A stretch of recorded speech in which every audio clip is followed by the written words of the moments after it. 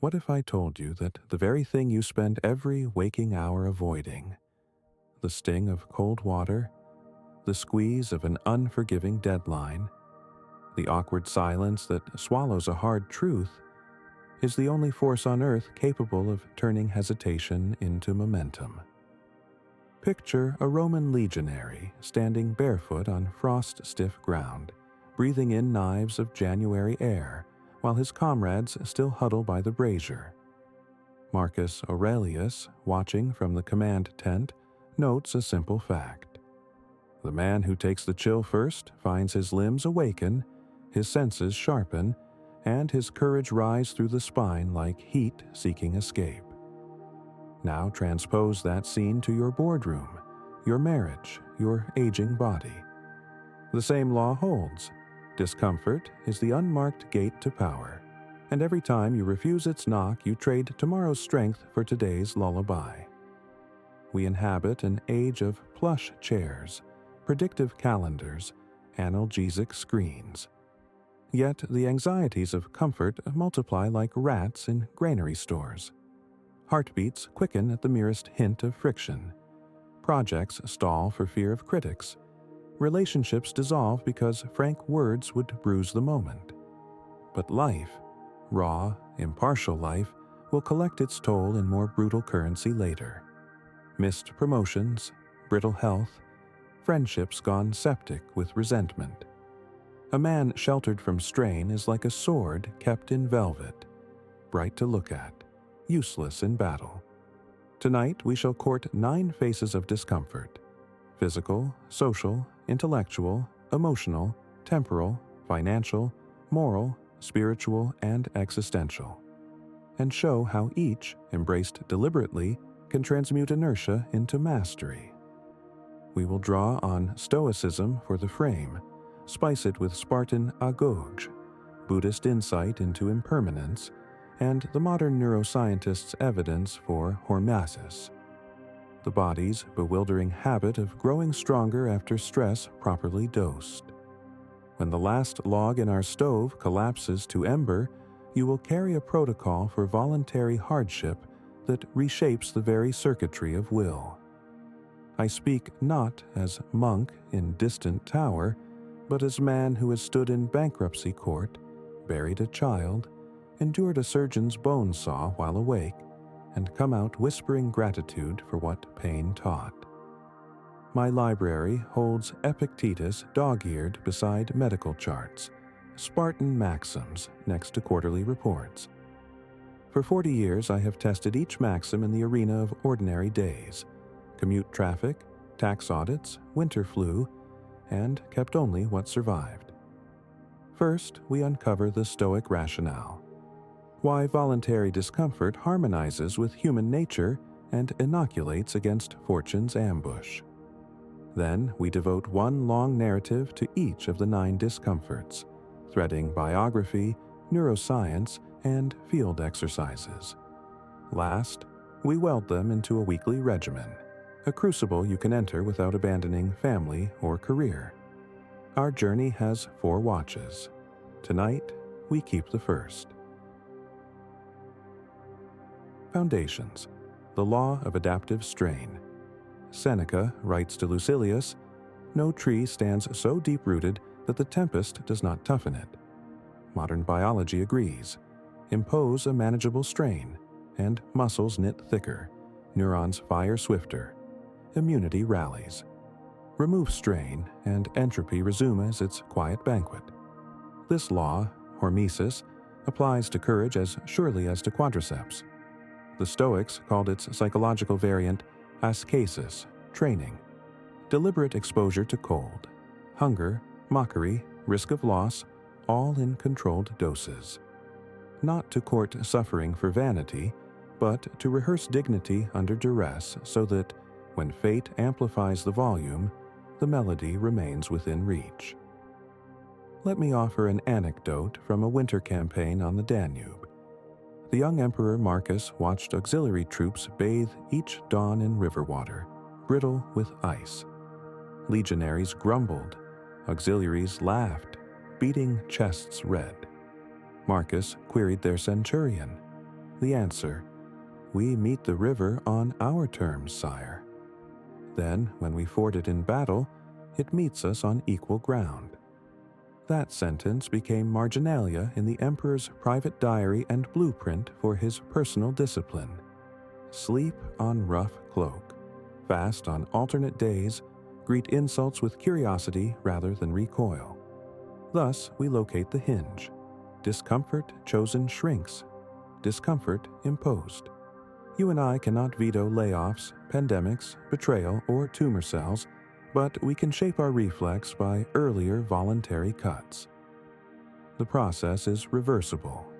Neglect it long enough and sweat trembles at the tiniest heat. The first watch of our vigil therefore addresses the most primal discomfort, the body's call. 2. Face of discomfort 1, cold, the tutor at the riverbank. On the outskirts of Stockholm, there is a granite pier where I, in my 50th winter, began dawn plunges into water that sliced breath into shards. At first, the pain made me gasp, curses unfit for a philosopher. But within weeks, something curious happened. The second breath came easier. Blood thrummed warm inside, and problems awaiting me in the office, mergers, legal snarls, looked suddenly trivial compared to the river's bite. Neuroscience explains. Cold exposure releases norepinephrine, sharpening attention, and raises dopamine later, elevating mood. Brown adipose tissue proliferates, converting caloric stores into heat more efficiently. Cold therefore reframes stress from threat into stimulus. The Stoics sensed this intuitively. Seneca recommends brief cold baths so that habit may render us proof against sudden chill. When Marcus wrote, "The impediment to action advances action," he could as well have been documenting vasoconstriction giving way to rebound flow. Exercise. The 3-breath plunge for the next 10 days, end each shower with 30 seconds of water as cold as your tap provides. Do not flinch away. Instead, focus on 3 deep breaths, counting 4 in, 6 out. The aim is not machismo but mastery of the gasp reflex, training the prefrontal cortex to override limbic panic. Record subjective alertness afterward. By day 10, elevate to 60 seconds. Once weekly, if geography allows, find natural water and immerse to collarbone for the same count. Note how boardroom anxiety or domestic quarrel feels different after a morning of cold that would once have unmanned you. Third phase of discomfort. 2. Hunger, the sculptor of patience. Seneca fasted until the 7th hour, about 1 p.m., several times a month, not from poverty, but from philosophy. Modern science confirms intermittent fasting triggers autophagy, cellular housekeeping that removes damaged proteins, and elevates growth hormone, insulin sensitivity, cognitive clarity. Yet beyond physiology lies a moral dividend. The man who skips breakfast by choice does not panic when lunch meeting runs late. The trader who can work on an empty stomach negotiates calmly despite catering failure. Hunger tames impulsivity. It teaches that desire is not command, merely suggestion. I once advised a manufacturing plant where shift workers lost tempers when vending machines jammed. Management considered costly new kiosks. Instead, I introduced voluntary fasting challenges, 12-hour windows, framed as wellness initiative. A month later, grievances over snacks dropped 70%, incident reports fell, and over time, productivity rose. Little material change, mighty shift in appetite governance. Exercise, the sundial, fast, choose 2 non-consecutive days this week to defer all calories until noon. Hydrate with water, black coffee, or unsweetened tea. Notice the knee-jerk story at 9 a.m. I will faint unless I eat. Counter with premeditatio. Visualize fasting monks, soldiers on forced march, your own ancestors between harvests. At first sign of irritability, label sensation. This is hormonal, not existential. By second week, extend window to 16 hours once. Do not boast. File result privately. The confidence gained, knowing you command your fork, broadcasts silent strength. Others cannot help but respect. Fourth, Face of Discomfort 3. Silence, the chamber of unmasked thoughts. Modern existence is a carnival of pings, feeds, background music. Few men pass 10 waking minutes unsaturated by input. Silence, when it ambushes them, broken elevator, long queue, feels like suffocation. Yet silence is the crucible where self-knowledge smelts. Seneca extols retreat within. Epictetus says philosophy is conversation of the soul with itself. To fear stillness is to fear meeting your own uncurated conscience. A venture capitalist I mentor confessed insomnia. His day brimmed with calls, podcasts, news tickers. We prescribed sunset walks sans phone, just win through reads. First week, anxiety spiked. He confronted neglected grief over his father's death. Second week, grief gave way to calm. By month's end, he slept 6 uninterrupted hours for first time in years. Staff noted less reactivity, more strategic thought. The discomfort of internal noise, once faced, transmuted into clarity, respected by peers and competitors alike. Exercise, the half-hour vigil. 3 evenings this fortnight. Sit outside or by a dark window for 30 minutes without device, book, or conversation. Let thoughts parade. Do not judge. Observe. If list of obligations arises, jot keyword, then return to watching. The first vigil may itch. The third will reveal patterns, ruminations, resentments, half-formed ideas. Resolve one small pattern next day. Over time, silence becomes ally, not adversary. Those who dread it sense your ease and gravitate toward your composed presence. V. Face of Discomfort 4. Intellectual humiliation, the apprentice's path. Nothing bruises the adult ego like public ignorance exposed. Many thus avoid new disciplines, yet each avoidance voluntarily shrinks your adaptive bandwidth. Marcus counseled, "Be a novice at many things," and he, emperor, studied painting and veterinary medicine in spare hours. Modern neural imaging shows that learning tasks which challenge working memory or coordination fosters synaptic plasticity well into old age. A colleague, aged 60, resolved to learn Mandarin despite fear of appearing foolish. Early exchanges with native staff produced giggles. He persisted. 12 months later, his phrasebook speeches, still clumsy, electrified negotiations in Shanghai. Chinese partners revered the effort. Employees back home felt licensed to pursue their own upskilling without shame. His willingness to cradle discomfort seeded cultural renaissance. Exercise, the monthly beginner. Select a skill foreign to your domain. Archery, harmonic minor scales, Python coding, and commit 15 minutes daily for 30 days. Record micro wins. First grouping on target. First chord transition. First compiled script. Share progress once weekly with someone junior to you. Invite their teaching. The humility displayed inoculates you against the silent disdain of subordinates who often spot stagnation before superiors do. Dawn still refuses to break, yet the hush in this cabin feels less like night and more like incubation. Having tasted cold, hunger, silence, and the sting of beginnerhood, you now sense how voluntary strain hollows fresh chambers in the mind. But a structure occupying only 4 pillars is unstable. we must raise the remaining beams. 5 further varieties of chosen hardship await us: financial, social, temporal, moral, and existential.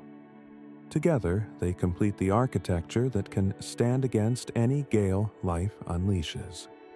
Pour a fresh draught of whatever bitter drink keeps your senses bright, settle near the embers and listen. The next wind is already pressing at the shutters. 6th, face of discomfort.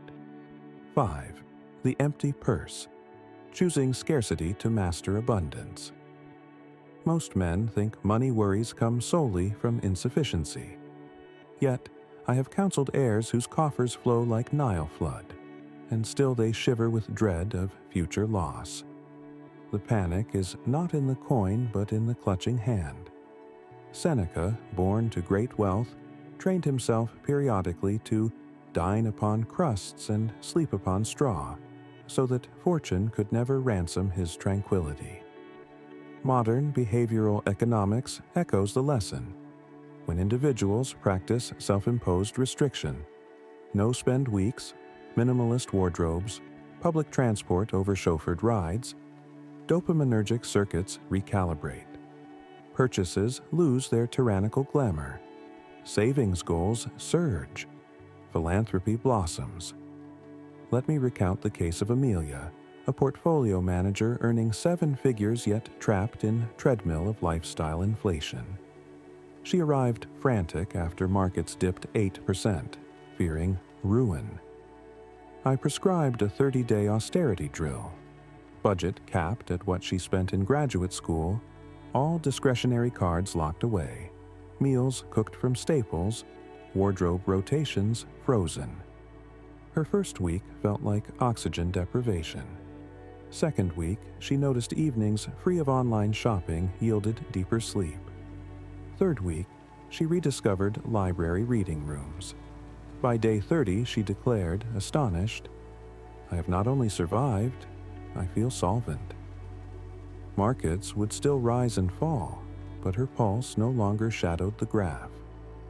Colleagues glimpsed the new steadiness and gravitated toward her fund. Secret envy transmuted into trust precisely because she no longer transmitted silent fear of losing what she could easily live without. Exercise, the Spartan ledger. Choose any consecutive 7-day window this month and impose a spending freeze on all but absolute essentials: rent, utilities, basic groceries, necessary fuel. Commute via foot, bicycle, or bus where feasible. Keep a log of each moment you reach for wallet and instead jot the impulse. Tally categories at week's end. Design permanent reduction for 2 of them.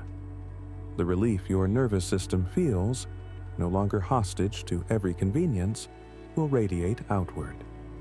Partners will sense confidence unmoored from paycheck.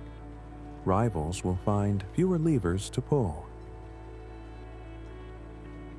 7th, face of discomfort 6.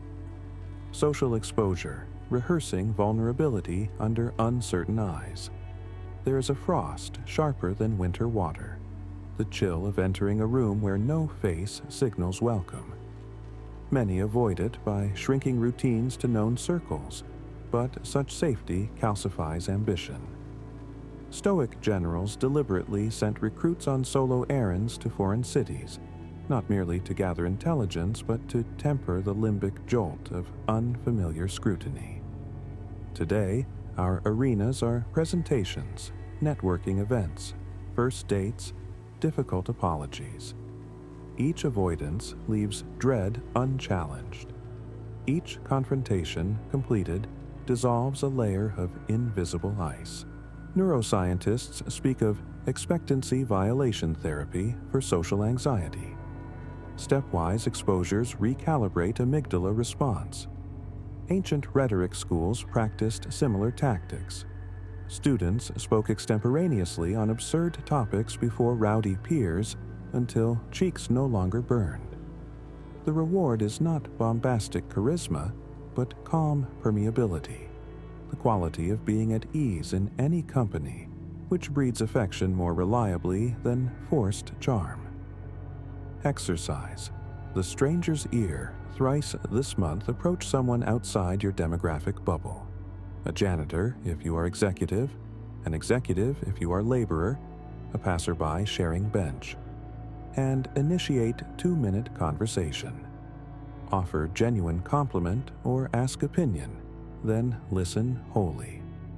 Afterward, reflect not on their impression of you, beyond control, but on the fact that risk of minor awkwardness did not wound you.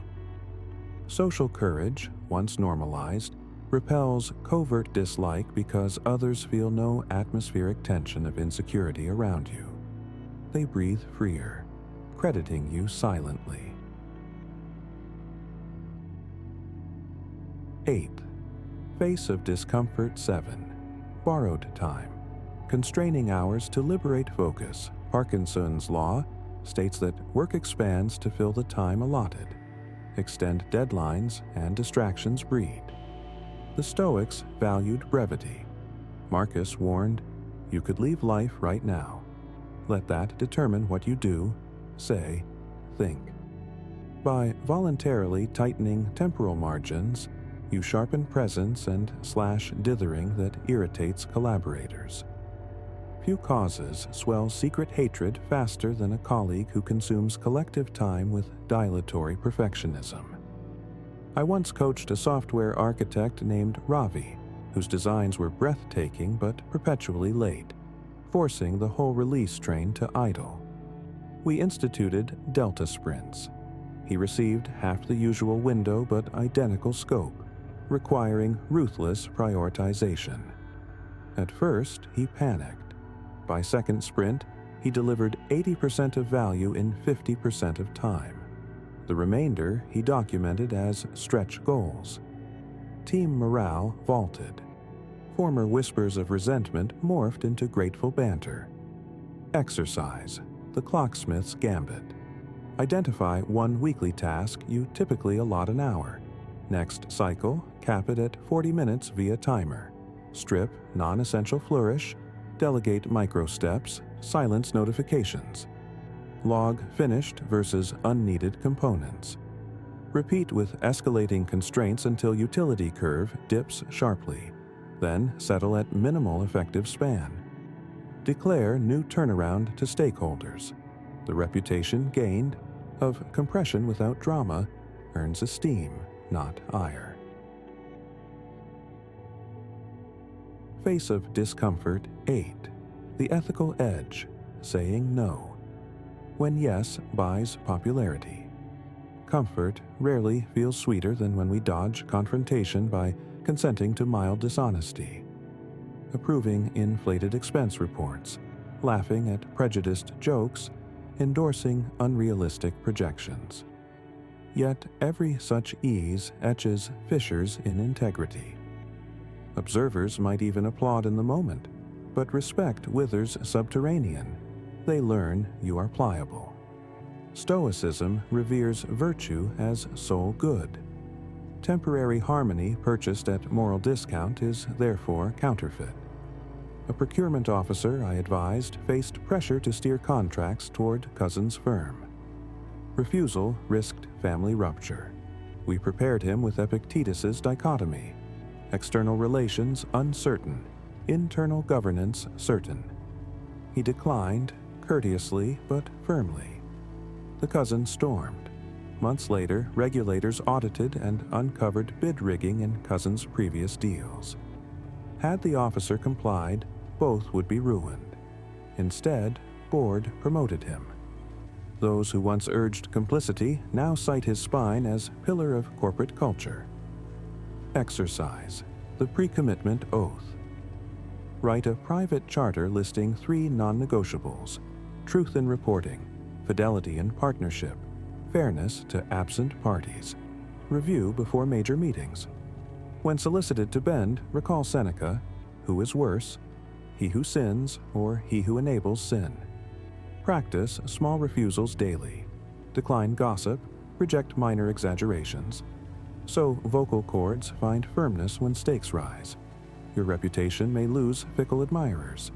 It will gain valiant allies impervious to jealousy. X. Face of discomfort. 9. Mortality meditation, contemplating the final limit to energize today. Nothing frays contentment like vague dread of death, and nothing smothers initiative like pretending we have infinite tomorrows. The Stoics confronted this ultimate discomfort head-on. Memento mori was not morbid slogan, but energizer. Awareness of finitude clarifies priorities, silences petty quarrels, intensifies gratitude. Modern research on mortality salience backs the claim. Subjects prompted to visualize death show increased prosocial behavior and reduced materialistic bias, provided they possess secure worldview. During a leadership retreat, I once distributed replica Roman denarii engraved with skull and the inscription Respice post te, hominem te esse memento. Look behind, remember thou art mortal. Executives balked, but over ensuing weeks, I observed fewer late-night email spats over trivial margins, more attention to mentoring juniors, some even reconciling estranged relatives. When horizon of life shrinks, clarity blooms. Diffuse discontent that breeds animosity evaporates. Exercise, the sunset ledger. Each evening, stand outdoors for last light if possible. Picture horizon as boundary of your lifespan. Imagine an invisible hand rolling it closer by a pace. Ask, if tonight were the curtain, would I regret how I treated others today? Note one corrective action for dawn. This practice imbues interactions with urgency tinged by tenderness. The combination disarms hostility and magnetizes goodwill. 11th integration, the weekly crucible. You now possess 9 levers of voluntary discomfort. To wield them coherently, embed each within a 7-day schedule repeated quarterly, adjusting weights as fitness improves. Monday, cold and silence. Pre-dawn, cold shower plus 20-minute silent sit. Outcome, sharpened vigilance for week's onset. Tuesday, financial austerity. No discretionary spending. Packed lunch. Donate equivalent of typical outlay to chosen charity. Wednesday, beginner hour and social exposure. 30 minutes of novice practice, instrument, language, followed by initiating conversation with unfamiliar coworker. Thursday, intermittent fast and ethical audit. 16-hour food window. Midday review of prior week's decisions for unnoticed moral compromises. Friday, compressed deadline challenge. Select one deliverable, have time allotment, log insights on focus and output. Saturday, strenuous play. Physical trial outside comfort. Mountain bike trail, sparring, cold weather hike, paired with post-challenge solitude. Sunday, mortality reflection and planning.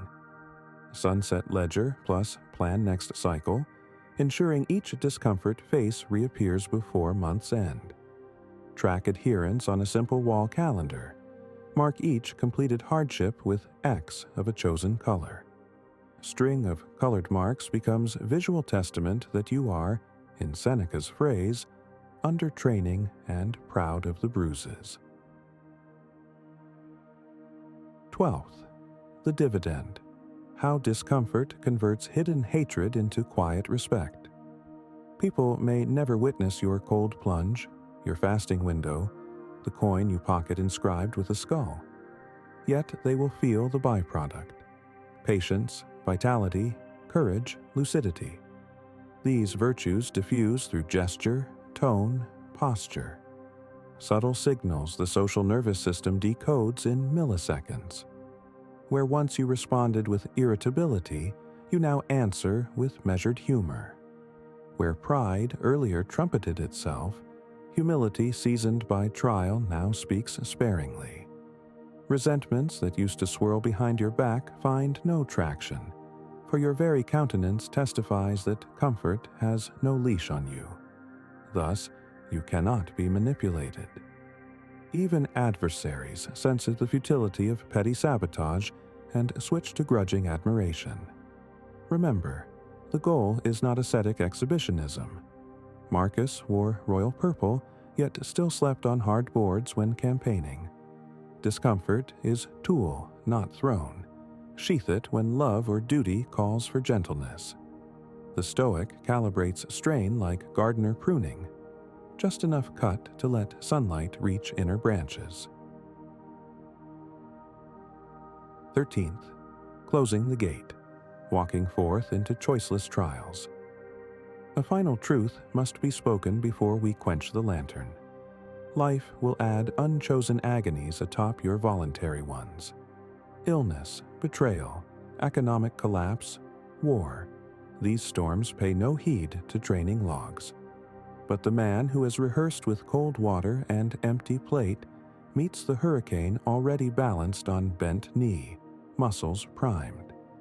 He whispers, "I have practiced this in miniature. Scale does not alter the principles." Those around him, stunned by gale, will steady themselves on his stoic spine. Their gratitude may never be voiced, yet the absence of secret hatred, the presence instead of quiet trust, will confirm the worth of every chosen discomfort. When the forge cools and the hammer falls silent, a different test begins. It is easy enough to flirt with hardship in the privacy of dawn. No witness but the rising mist, no stakes but your own resolve. Harder, infinitely harder, is carrying those self-inflicted trials into the messy weave of commerce, marriage, fatherhood, aging parents, lawsuits, and flawed teammates. You may plunge into cold water at 6, yet if you rage at your children by 8 or buckle before a hostile auditor at 10, the river has taught you nothing. So, in this third watch, we step beyond the proving grounds and mix iron filings of discomfort into the daily bloodstream of work, love, health, and leadership. We do not add new categories of hardship. We transpose the 9 already mastered into 4 domains that devour most hours of a man's life. The discipline is translation, turning private feats into public steadiness. Transposing discomfort into work, making the office a monastery of performance. The modern workplace, whether it hums with factory gears or glows with liquid crystal dashboards, was designed by committees to cushion its inhabitants. Thermostats keep a temperature in a narrow band. Motion sensors dim lights so that no one sits in true darkness. Corporate cafeterias feed every whim on 10 minutes' notice. HR manuals promise psychological safety. Yet crises still erupt. Supply chains snap, litigation descends, a flagship release crashes on launch day. And because the daily baseline was so soft, panic spreads like prairie fire. Your first responsibility as Stoic practitioner is to become the resident firewall. Begin by integrating the cold water habit into commute. Walk or cycle 2 mornings a week even if rain needles your cheeks. Arrive with hair damp, blood singing, cheeks alive. Colleagues complain about weather. You feel an inner grin. I have already tested its edge. During budget season, enact the Spartan ledger. Voluntary frugality at home sharpens judgment of corporate expenses. When procurement proudly presents luxury ergonomic chairs at triple price, you recall the wooden bench that served you well on austerity day, and you challenge the team with a gentle but unyielding question. Show me the delta in productivity that justifies this delta in cost. Meetings, those infamous sponges of life, provide laboratory for social exposure.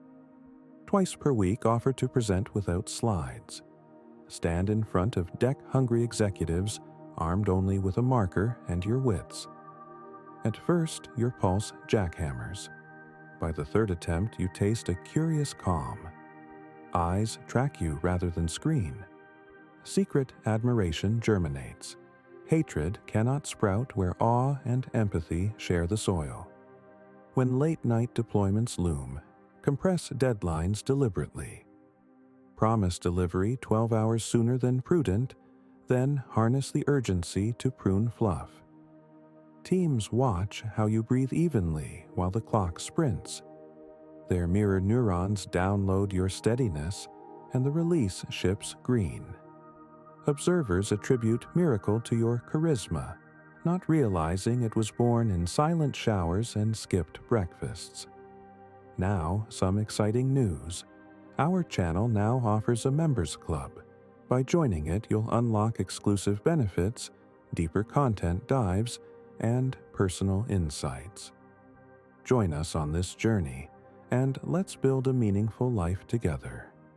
And I also humbly ask you to leave a comment, as it helps my channel immensely. If you do not know what to comment, just write "better every day" so I know you reached this far. And don't forget to subscribe for more content like this. Also, I've linked some books on Stoicism that helped me become the man I am today, and will also help you achieve a Stoic mindset too. Transposing discomfort into relationships. Turning affection from fragile to anti-fragile. Domestic comfort is an intoxicant. 1 inch at a time, furniture grows plusher, thermostats climb higher, conversation topics narrow to weather, sales, and children's grades. Then one spouse yawns at others' dream, or unwashed dishes spark volcanic resentment. The relationship, cushioned for years, has lost tensile strength. Here, voluntary shared hardship becomes the loom that reweaves trust. Propose a weekend hike that begins before sunrise, packs limited to 12 kilograms, phones off. The first uphill kilometer ignites quarrels, pace too fast, straps too tight, but as breath grows ragged, blame loses voice, replaced by mutual coaching. At summit, legs tremble yet spirits interlock like carabiners. Back home, trivial irritations shrink. Children witness parents who laugh about hailstorms instead of sulking about Wi-Fi lag, and they absorb resilience by osmosis.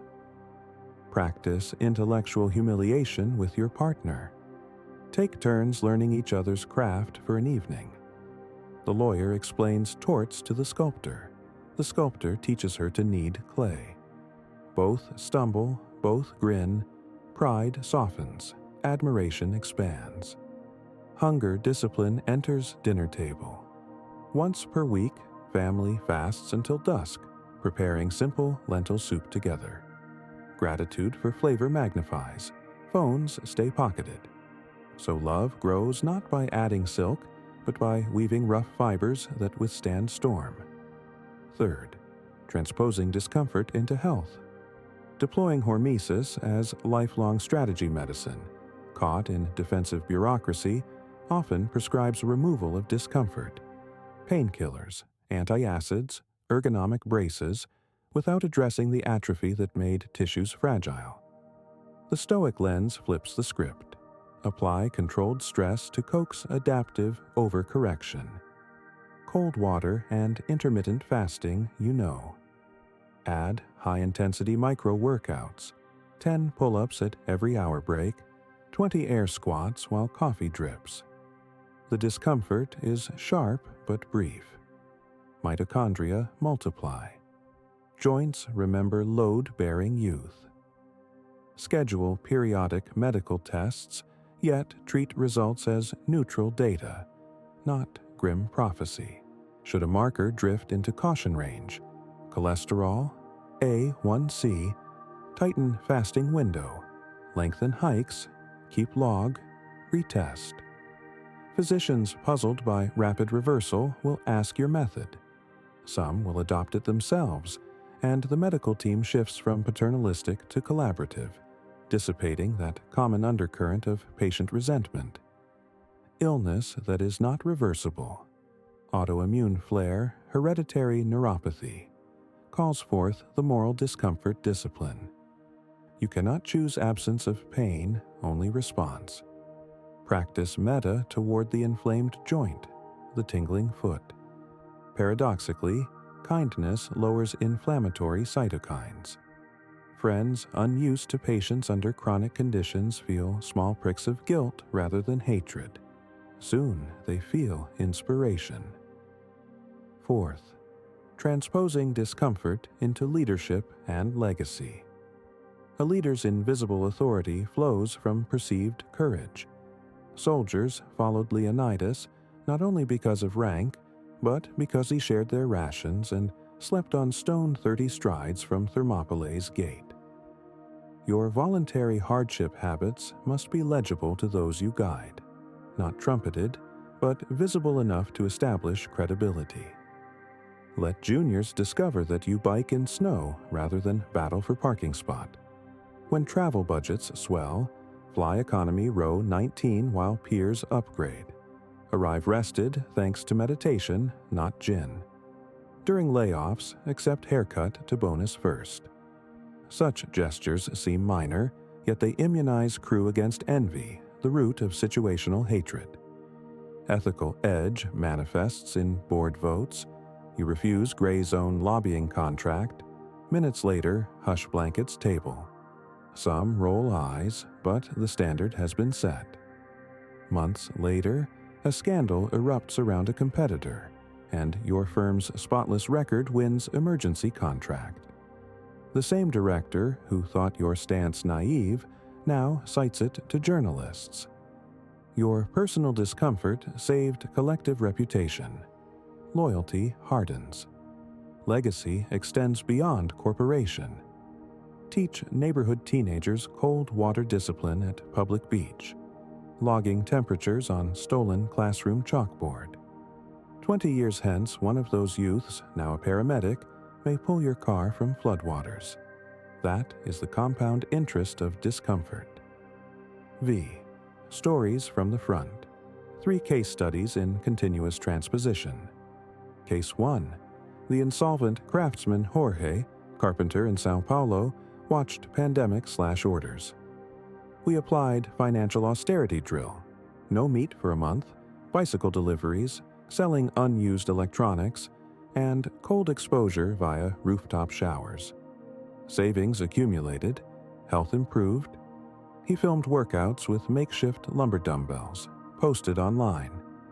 Videos went viral. Orders returned from abroad. Former competitors who mocked his crazy ice baths now ask franchise rights.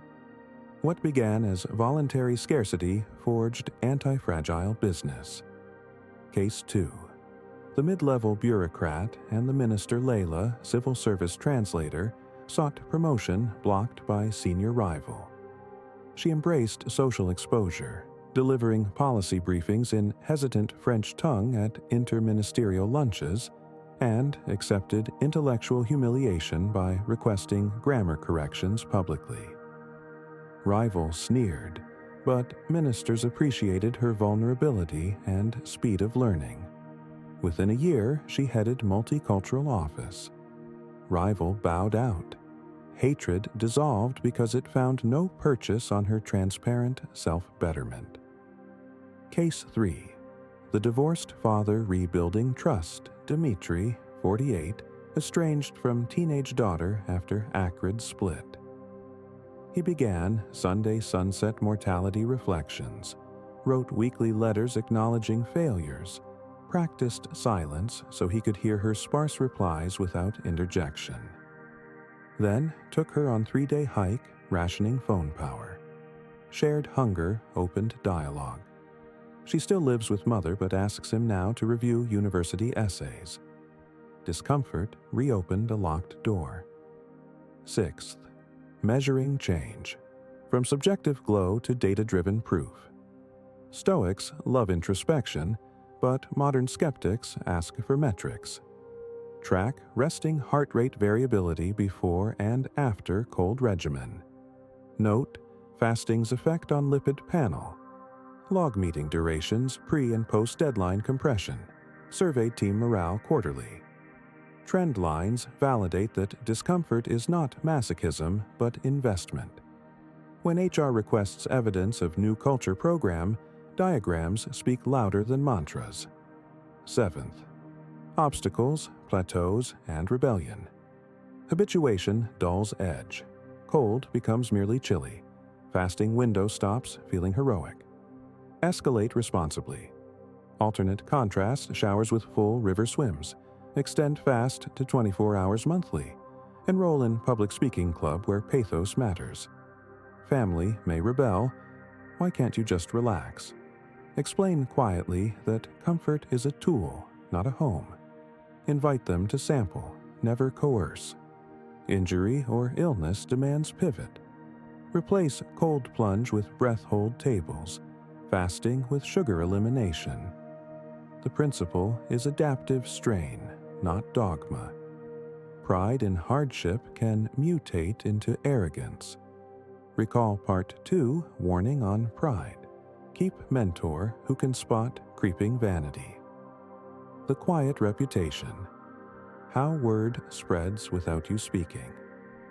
You will notice, after a year, new introductions contain phrases like, "He's the calmest VP I know," or "She's strangely fearless of deadlines."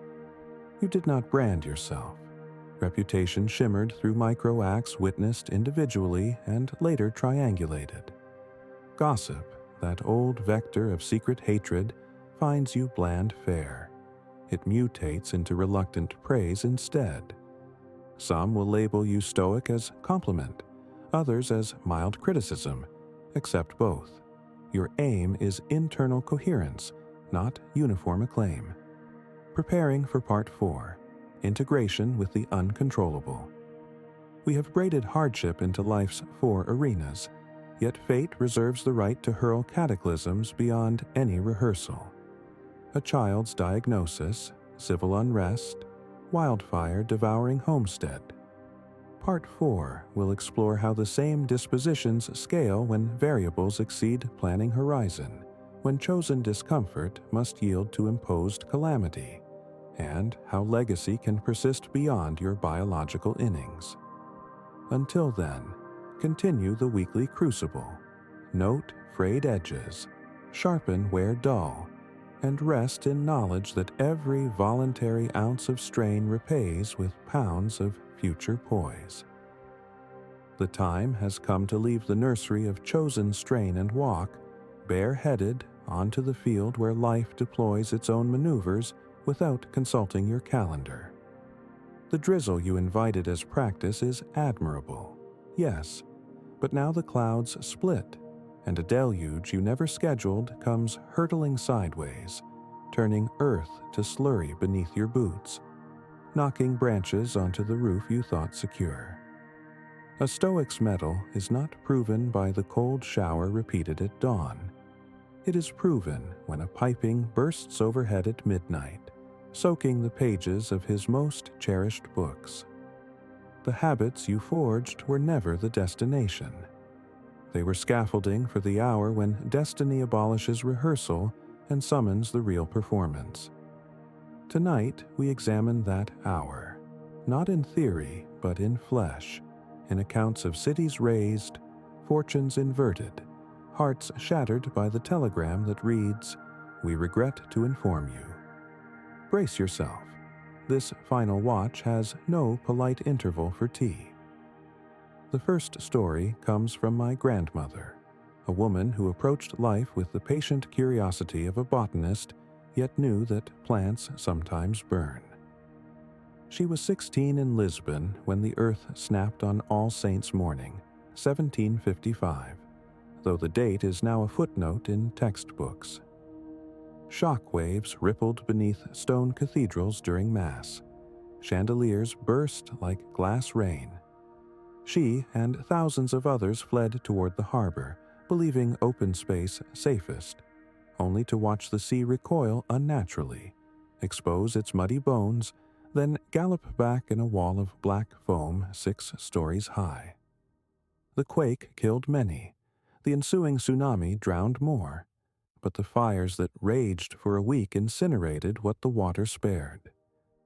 My grandmother lost siblings, neighbors, the bakery where she swept floors for bread crusts.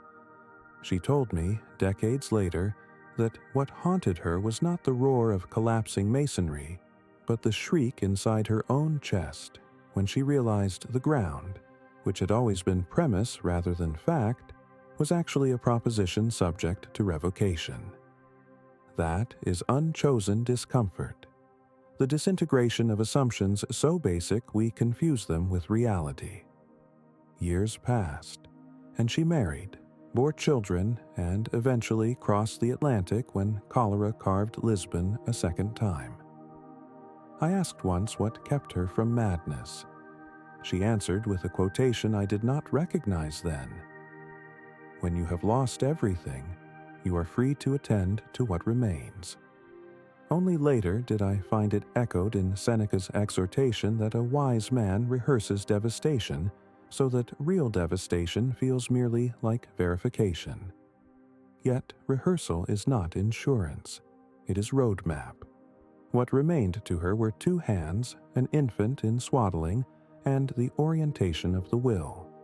She built again, brick by reluctant brick, because choice still lived there. Now translate that to you, who may one day emerge from oncologist's office with an X-ray that looks like a winter sky pricked by sinister stars, or whose company might implode when regulators freeze accounts overnight, or whose beloved might breathe evenly beside you at midnight and lie cold by sunrise. The cold water has trained your gasp reflex. Fasting has taught your body that hunger is not lethal. Silence has acquainted you with the contours of your own panic.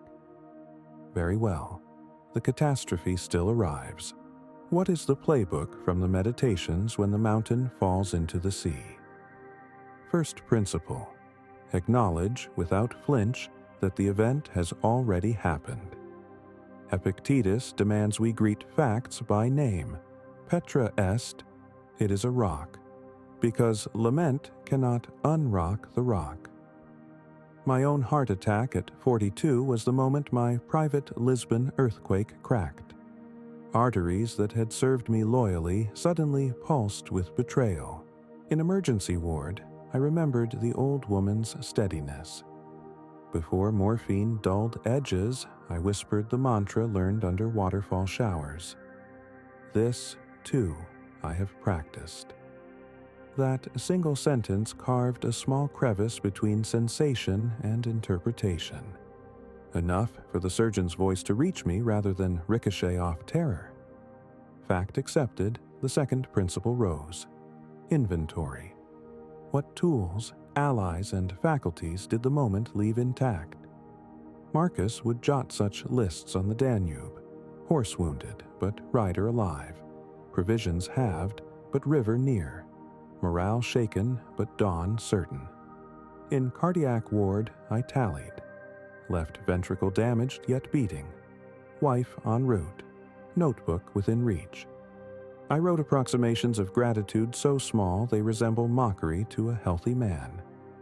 Oxygen mask present. Beep from monitor rhythmic.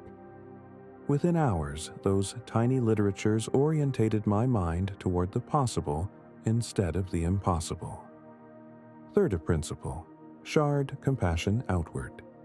One of the slyest alchemies of disaster is that it tempts the ego to hoard attention.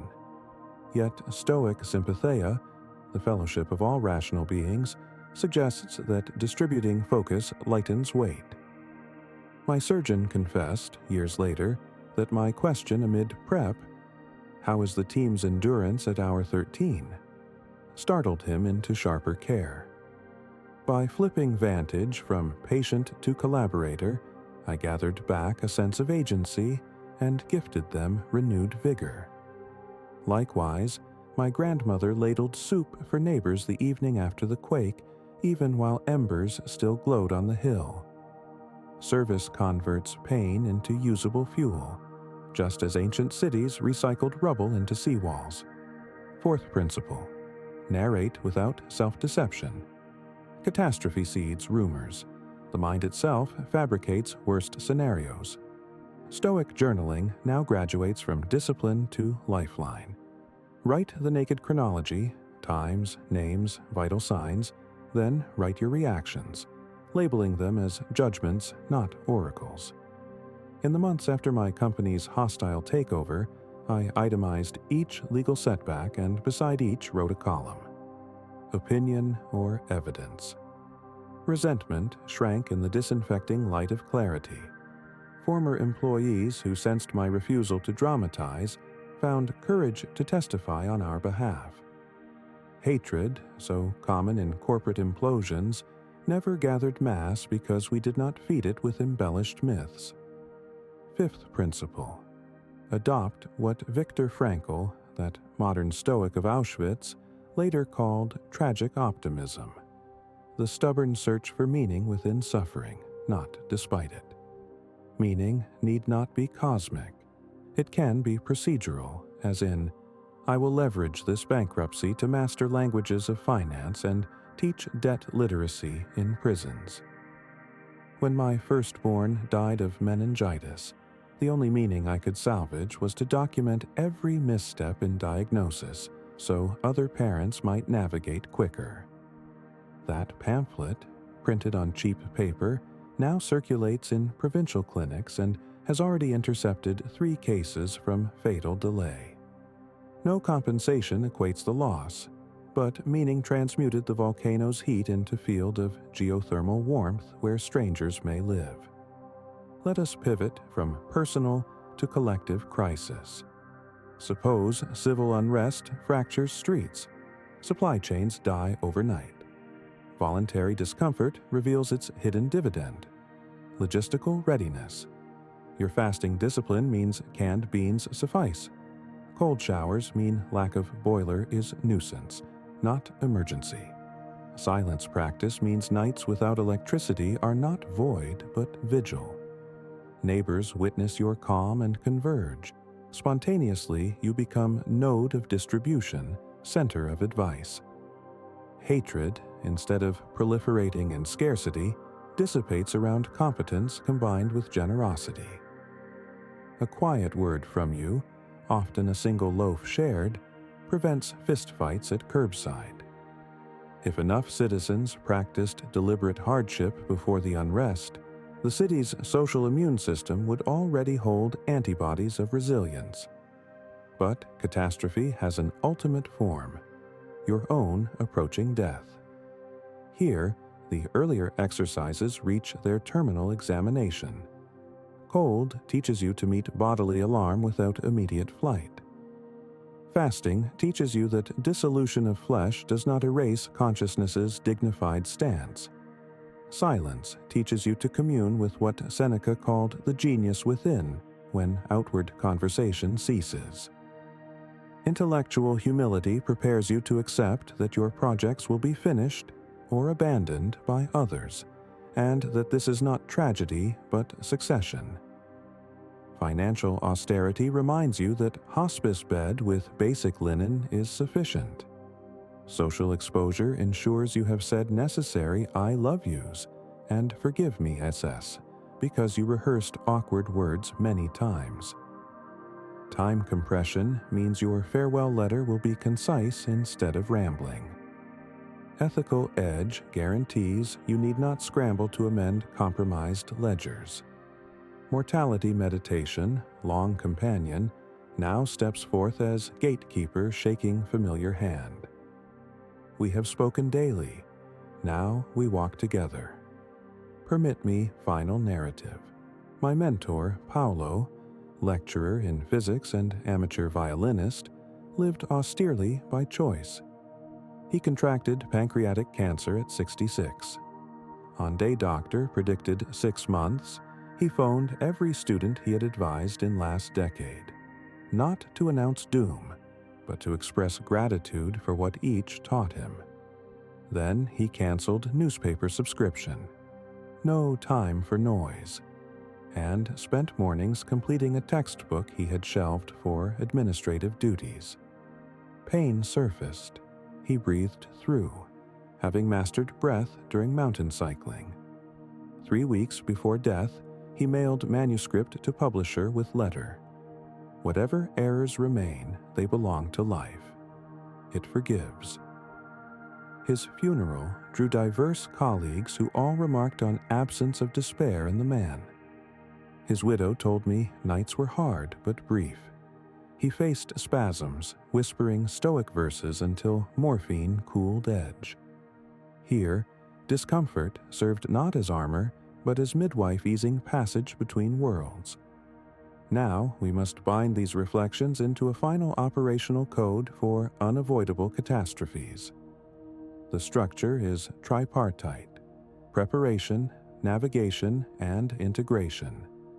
Preparation comprises the 9 discomfort drills we systematized, practiced, until they dye the fibers of identity. Navigation, when upheaval hits, follows the 5-fold protocol we detailed: acknowledge, inventory, serve, narrate, mean. Integration occurs afterward, once crisis subsides, or, if terminal, once survivors gather. This phase converts trauma into institutional wisdom. Post-mortem analyses, improved building codes, charitable foundations, stories told by hearth so that children fold them into character. Without integration, trauma calcifies into bitterness. With it, catastrophe becomes raw material for civilization's next tier. One may object, what of randomness so savage that no regimen avails? A meteor strike, a bullet from invisible sniper. Stoicism never promised immunity. It promised sovereignty over ascent. Even instantaneous death offers microseconds for ascent. The final note of acceptance, too brief for words, but sensed in muscles that do not clench against the inevitable. That micro-gesture is cultivated across decades of smaller surrenders, releasing steam of annoyance, relinquishing seat on train, laying down pride. Let us conclude not with abstract homily, but with a direct commission. Tomorrow, identify one element in your life so foundational you assume its permanence. Your job title, digital cloud archive, the bridge you drive over, the phones hum in your pocket. Spend 10 minutes contemplating its abrupt removal and listing first 3 acts you would take. That is premeditatio scaled to infrastructural fragility. Then perform a small rehearsal. Back up files to printed paper. Learn bus route that bypasses the bridge. Memorize 2 phone numbers in case satellites fail. You will walk lighter. Weight of dread converts to readiness. And now the firebone of this long discourse has burned through the night into dawn's edge. The cabin where we have spoken is metaphor, yet outside your literal window, sunlight nudges curtain. Step into it carrying no delusion that discomfort will end. Instead, carry conviction that you have accepted apprenticeship under its stern yet faithful tutelage. If today proves ordinary, rehearse still. If today detonates, remember the ledger. Breathe 4 counts in and 6 out, inventory what remains, and begin the work. To embrace discomfort willingly is to greet destiny like an old comrade. Stern-faced, yes, but never again a stranger. Now, if any part of this message has been helpful to you, leave us your like and comment, helping the algorithm recommend it to someone who needs it at this time. Don't forget to subscribe so you don't miss new videos. And if you look through the videos we've already uploaded, you're sure to find something to take with you. Have a good day.